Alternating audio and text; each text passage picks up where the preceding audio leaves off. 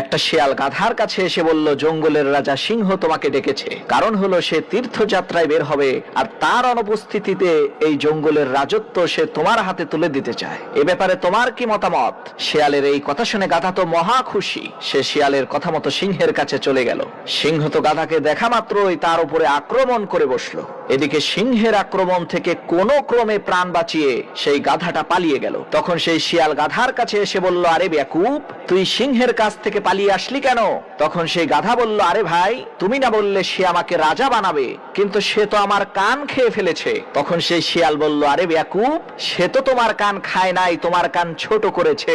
কেননা তোমাকে যে রাজ মুকুটটা পরানো হবে সেটা তো তোমার এই লম্বা কানের জন্য মাথার মধ্যে ফিট হবে না। শিয়ালের এই কথা শুনে গাধা আবার সেই সিংহের কাছে চলে গেল। সিংহ আবার সেই গাধার উপরে হামলা করলো। এবার ওই গাধাটা কোনো ক্রমে প্রাণে বেঁচে গেল। তখন সেই শিয়াল বলল, আরে গাধা, তুই তো সত্যিই গাধা, তুই শুধু সিংহের কাছ থেকে পালিয়ে যাস কেন?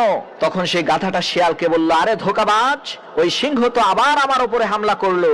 রাজ মুকুট পরানোর জন্য না হয় সে আমার কানটা ছোট করেছে, এইবার তো সে আমার লেজটা খেয়ে ফেললো, লেজের মধ্যে আবার কোন মুকুট পরাবে? তখন সেই শিয়াল বলল, আরে মূর্খ, তুই যখন রাজ সিংহাসনে বসবি তখন তো এই লেজের কারণে তোর সমস্যা হবে, এই কারণেই তো তোর লেজটা ছোট করা হয়েছে। গাধা বলল, ও আচ্ছা, এই ব্যাপার ছিল, ঠিক আছে, কোনো সমস্যা নাই। গাধাটা আবার সেই শিয়ালের কথায় সিংহের কাছে চলে গেল, কিন্তু এইবার আর রেহাই পেল না। সিংহ ওই গাধাটার সর্বনাশ করে ফেললো। গাধার মাংস খেতে খেতে সেই সিংহটা শিয়ালকে বলতে লাগলো, কিরে ভাই, এই গাধাটার সমস্ত শরীর, প্রত্যেকটা অঙ্গ প্রত্যঙ্গ আমি এক এক করে খেয়েছি, কিন্তু দুঃখের বিষয় তার মস্তিষ্কটা আমি খুঁজে পেলাম না। তখন শিয়াল হেসে বলল, আরে রাজা মশাই, এই অশিক্ষিত মূর্খের কাছে তো মস্তিষ্ক ছিলই না।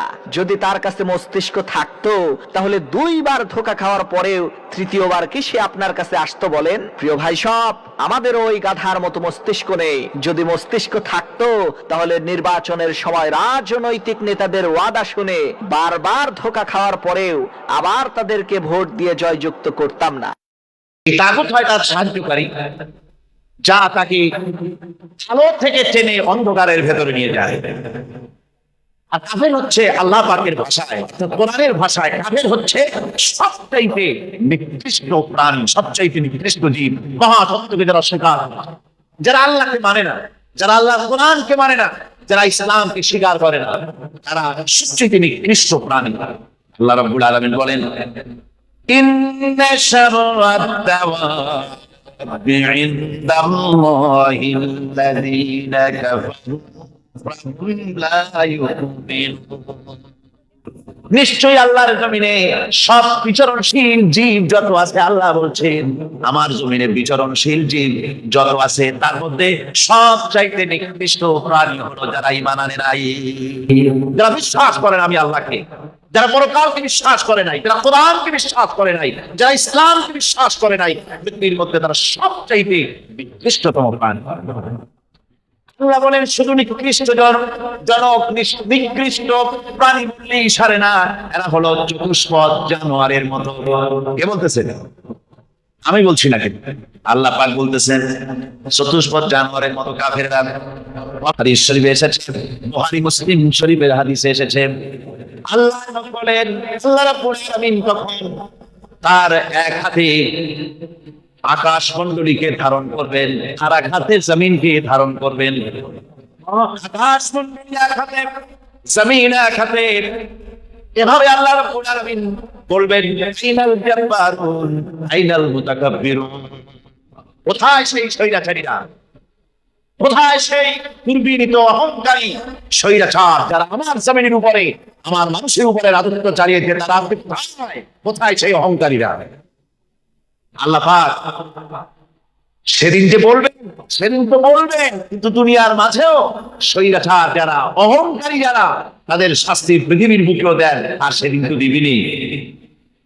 কত স্বৈরাচার আমরা দেখলাম, কত অহংকারী দেখলাম, যাদের তর্জনী হেননে লক্ষ কোটি কোটি মানুষ উঠতো আর বসতো, তাদের জিল্লাতির সঙ্গে আল্লাহ রাব্বুল আলামিন কতজনকে বিদায় করে দিলেন। ফুলের মালা নিয়ে ঢুকাতে পারে নাই, পা থেকে শুরু করে গলা পর্যন্ত ফুলের মালা দিয়া ডুবাই দিল ভক্তরা। শাস্তি দিলে ফুলের মালার পরিবর্তে জুতার মালা নিয়ে জেলের মধ্যে ঢুকাইয়া দিলেন। অহংকারী আর স্বৈরাচার যারা হয়, আল্লাহ পাক এভাবে তাদের দৃষ্টান্ত দেখিয়ে দেন। আমরা কত দেখলাম, 9 বছরের রাজা, 10 বছরের সাজা, সব ধুলিকণার মতো উড়িয়ে দেবে। আসহাবুল জান্নাতি ইয়াওমাইযিন খায়রুম মুস্তাকাররান ওয়া আহসান মাকিলা। সেদিন হাসরের ময়দানে জান্নাত এবং জাহান্নামীদের অবস্থা একরকম হবে না। যারা জান্নাতের অধিকারী হবে তারা উত্তম জায়গায় অবস্থান করবে, কল্যাণজনক জায়গায় অবস্থান করবে, এবং দ্বিপ্রহরে সময় কাটাবার জন্য তারা উত্তম স্থান লাভ করবে। অর্থাৎ জাহান্নামীরা জান্নাতীরা কিয়ামতের দিন তাদের এক অবস্থা হবে না। ওই প্রচন্ড রৌদ্রের তাপে জাহান্নামীদের কষ্ট হবে ঠিকই, কিন্তু জান্নাতীদের কোনো কষ্ট হবে না। সুবহানাল্লাহ। আল্লাহ রাব্বুল আলামিনের হাবিব জনাবে মুহাম্মদ রাসূলুল্লাহ সাল্লাল্লাহু আলাইহি ওয়াসাল্লাম বলেছেন, কিয়ামতের ময়দানে আল্লাহর কসম করে বলছি, সেদিন জাহান্নামীদের ভীষণ কষ্ট হবে, আর জান্নাতীদের জন্য অত্যন্ত আসান হবে, অবস্থা খুবই আরামের হবে। বাস্তবিক কি মানুষের কাছে কোনো হেদায়েতের বাণী শোনাতে চান, তাহলে শুধু রাসূলের কাছে ফেরেশতা পাঠাবেন, এটা কেমন কথা? আমাদের সকলের কাছে ফেরেশতা আসা উচিত। আর এই ফেরেশতারা প্রত্যেকের বাড়ি বাড়ি গিয়ে বলা উচিত যে তোমাদের আল্লাহর পক্ষ থেকে তোমাদের জন্য এই হেদায়েত। এরকম বাড়ি বাড়ি ফেরেশতা যাওয়া দরকার। অথবা বিরাট জনসমাবেশ করে সেখানে ফেরেশতারা দাঁড়ায় বক্তব্য রাখবে, আল্লাহর কথা বলবে যে আল্লাহর এই হেদায়েত এসেছে। আর এটা যদি না হয়, তাহলে রব তিনি আসুন, তিনি আমাদের সামনে এসে কথা বলুন, আমরা রবকে দেখতে চাই। এইভাবে তারা বললেন।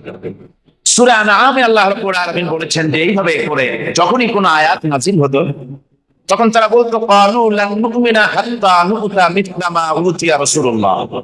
আমরা ততক্ষণ পর্যন্ত এই সমস্ত কথা বিশ্বাস করব না যতক্ষণ পর্যন্ত রাসূলুল্লাহর কাছে যে জিনিস পাঠানো হয়েছে তা আমাদের কাছে পাঠানো না হয়। অর্থাৎ আল্লাহ নিজেই আসবেন এবং আল্লাহ নিজে এসে বলবেন যে হে বান্দারা, তোমাদের নিকট আমার আবেদন এইভাবে আল্লাহ এসে নিজেই আমাদের সামনে এই ধরনের কথা বলা দরকার। বিশ্বাসীদের এই সমস্ত কথার জবাবে আল্লাহ রাব্বুল আলামিন বলছেন, ওয়ালাউ নাযালনা আলাইকা কিতাবান ফি কিরতাসিন ফালাবাসু বিআইদিহিম। আল্লাহ রাব্বুল আলামিন বলেন, আমি যদি আপনার প্রতি ওহীর আকারে কিতাব নাযিল না করে যদি কাগজে লেখা, শরীফ কাগজে লেখা কিতাব যদি নাযিল করে দিতাম, এমনকি যদি স্পর্শ করেও দেখতো, তাহলে তারা কি বলতো? লাকালাল্লাযীনা কাফারু ইন হাযা ইল্লা সিহরুম মুবিন। ওরা স্পষ্ট করে এই কিতাব ফেরার পরে বলতো যে এটা হচ্ছে একটা স্পষ্ট জাদু, তারা এটাকে জাদু বলে ঘোষণা করে দিত। আজকে সূরাতুল ফুরকান যেখান থেকে আমরা আলোচনা করেছি গত 3 দিন, সেই আলোচনা আপনাদের সামনে আজকে করা হচ্ছে এর 3য় রুকু থেকে। এই আলোচনার ভেতরে একটি ধারাবাহিকতা কাজ করেছে। আজকে যেখান থেকে আমরা আলোচনা করব, এখানেও সেই প্রথম দিন যে কথা আমি বলেছি, আবহমান কাল থেকে শুরু করে ইসলামের বিরুদ্ধে, কোরআনের বিরুদ্ধে, রাসূলের বিরুদ্ধে, তাওহীদের বিরুদ্ধে বিভিন্ন রকমের সন্দেহ, সংশয় ইত্যাদি সবসময় সৃষ্টি করে রাখা হতো, এবং কাফেরেরা নতুন নতুন ধরনের অনেক কথাবার্তা তারা বলতো, যে সমস্ত কথা আসলেই কোনো যুক্তির ধোপে টেকে নেবে। এসব কথা বলে তাদের মূল উদ্দেশ্য ছিল জনগণকে কোরআন থেকে, ইসলাম থেকে, রাসূল থেকে, তাওহীদ থেকে দূরে সরিয়ে রাখা। কিন্তু তাদের এই হাজারো প্রচেষ্টা কোনো কাজে লাগেনি। আল্লাহ পাক তার দ্বীনকে, তার কোরআনকে চালু রেখেছেন।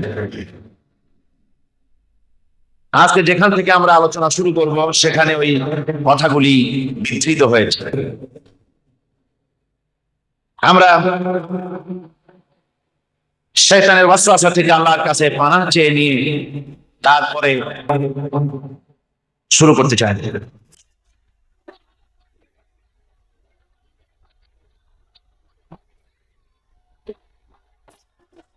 من يضلله فلا هادي له ونشهد أن لا إله إلا الله وحده لا شريك له ونشهد أن سيدنا وحبيبنا ومولانا محمدا عبده ورسوله الذي أرسله بالحق بشيرا ونذيرا وداعيا إلى الله بإذنه وسراجا منيرا وقد قال الله تعالى في كلامه المجيد وفرقانه الحميد أعوذ بالله من الشيطان الرجيم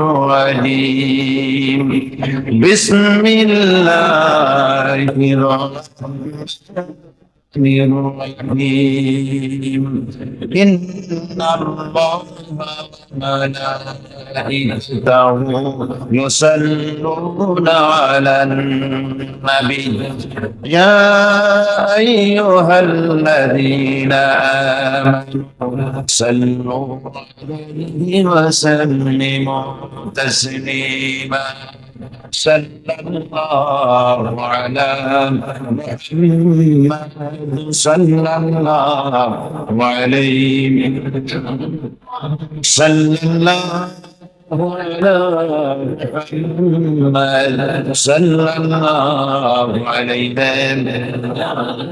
بلغ العلا بكماله كشف الدجى بجماله حسنت جميع خصاله صلوا عليه وآله اللهم آمين ربنا ظلمنا نفسنا وإن لم تغفر لنا وترحمنا لنكونن من الخاسرين ربنا العالمين পাঁচ দিন ব্যাপী কোরআনে কারীমের তাফসীরের মাহফিল আজকের এই চতুর্থ দিবসে প্রচন্ড ঠান্ডা উপেক্ষা করে তোমার বান্দারা মাহফিলে হাজির হয়ে গেছে।